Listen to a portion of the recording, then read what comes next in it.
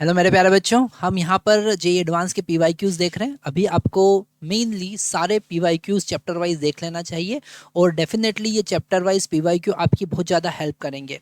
इसके साथ में आपको मॉक टेस्ट पर भी ध्यान देना चाहिए। हर 2 दिन में एक आध आपको मॉक टेस्ट जो भी जेई का शेड्यूल है उस शेड्यूल के अकॉर्डिंग अपने स्टडी रूम में बैठकर देना चाहिए और उससे रिलेटेड जो भी प्रॉब्लम आपको आ रही है, जो भी कॉन्सेप्ट में प्रॉब्लम आ रही है, वो कॉन्सेप्ट आपको डिस्कस करना चाहिए, वो कॉन्सेप्ट का सॉल्यूशन आपको अच्छे से समझना चाहिए।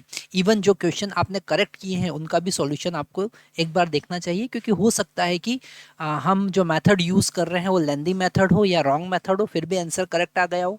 इसलिए आपको एक मेथड यूज़ करना, एक स्ट्रेटेजी जेई एडवांस के लिए यूज़ करना पड़ेगी। सबसे पहले आपको पीवाईक्यू सॉल्व कर लेना चाहिए, सारे पीवाईक्यू 1 बाय 1 चैप्टर वाइज सबसे पहले आपको देखना चाहिए। और यहाँ पर हम रोटेशनल मोशन की बात कर रहे हैं, आईआईटी जेई 2012 का क्वेश्चन यहाँ पर देख रहे हैं हम। और यहाँ पर मेनली हम अभी वो क्वेश्चन देख रहे हैं जिनका एक ही आंसर करेक्ट होगा। तो हमारी स्क्रीन पर जो क्वेश्चन है वो क्वेश्चन में लिखा है, two identical disc of same radius R, दोनों का रेडियस क्या है आर, ठीक है, is rotating about their own axis in opposite direction with the same constant angular speed omega, जैसा हमको डायग्राम में दिख रहा है ना। यहाँ पर दोनों अपोजिट डायरेक्शन में रोटेट कर रही है, दोनों का वेलोसिटी सेम है। At any time T equal to zero पर पी और क्यू है ना, यहाँ पर ये पॉइंट पी दिख रहा है, ये पॉइंट क्यू दिख रहा है, दोनों एक दूसरे के सामने are facing each other as shown in figure. The relative speed between two point P and Q in is V R, इन दोनों के बीच का रिलेटिव स्पीड कितना है, वी आर है।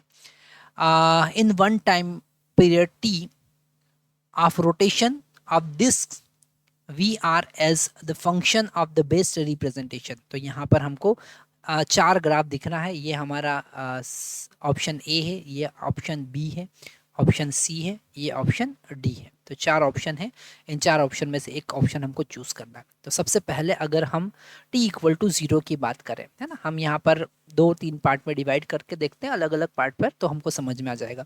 t इक्वल टू 0 की बात करें तो t इक्वल टू 0 पर दोनों का डायरेक्शन सेम है, दोनों का डायरेक्शन सेम है, ठीक है। तो रिलेटिव वेलोसिटी क्या होगी, 0 होगी। तो यहाँ पर वी आर का वैल्यू कितना होगा, 0 होगा, ठीक है। तो यहाँ पर हम देख सकते हैं कि बी वाला ऑप्शन और डी वाला ऑप्शन तो करेक्ट है ही नहीं, टी इक्वल टू 0 पर, है ना। अगर हम टी इक्वल टू टी/4 की बात करें, टी इक्वल टू टी/4 मतलब टोटल टाइम इंटरवल का आधा, तो यहाँ तक पहुँच जाएगा पी और यहाँ पर पहुँच जाएगा क्यू, और दोनों का डायरेक्शन क्या होगा, अपोजिट होगा, ये ऐसे जाएगा और ये ऐसे जाएगा।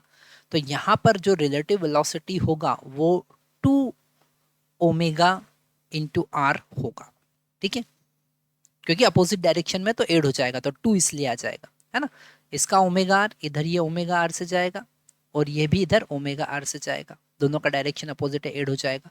तो यहाँ पर जो रिलेटिव वेलोसिटी होगी वो मैक्सिमम होगी, ठीक है, मतलब t/4 पर रिलेटिव वेलोसिटी मैक्सिमम होगी। अगर हम t/2 की बात करें, t/2 की बात करें तो ये p यहाँ पर पहुंच जाएगा और q जो है यहाँ पर पहुंच जाएगा, ठीक है, और इनका वेलोसिटी फिर से एक ही डायरेक्शन में हो जाएगा। तो रिलेटिव वेलोसिटी वी आर फिर से कितना हो जाएगा, 0 हो जाएगा, ठीक है। अब रिलेटिव वेलोसिटी 0 हो गया t/2 पर, और t इक्वल टू 3t/4 पर आप देखेंगे तो रिलेटिव वेलोसिटी फिर से मैक्सिमम हो जाएगा 2 ओमेगा आर, क्योंकि ये वाला पार्टिकल इस डायरेक्शन में मूव करेगा और ये वाला पार्टिकल इस डायरेक्शन में मूव करेगा, ओमेगा आर से, फिर यहाँ पर 2 ओमेगा आर हो जाएगा।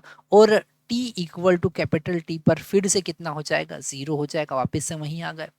तो t इक्वल टू t/2, यहाँ पर ये t/2 होगा, ठीक है। अब c और d में से c तो ऑटोमेटिकली रॉन्ग ही हो गया, यहाँ पर हमको समझ में आ रहा है कि t इक्वल टू t/4 पर यहाँ पर 2 ओमेगा आर सबसे मैक्सिमम है, और t इक्वल टू 3t/4 पर भी सबसे मैक्सिमम 2 ओमेगा आर उसका स्पीड होगा। तो ये a is the correct answer, हम a ऑप्शन को करेक्टली चूज करेंगे।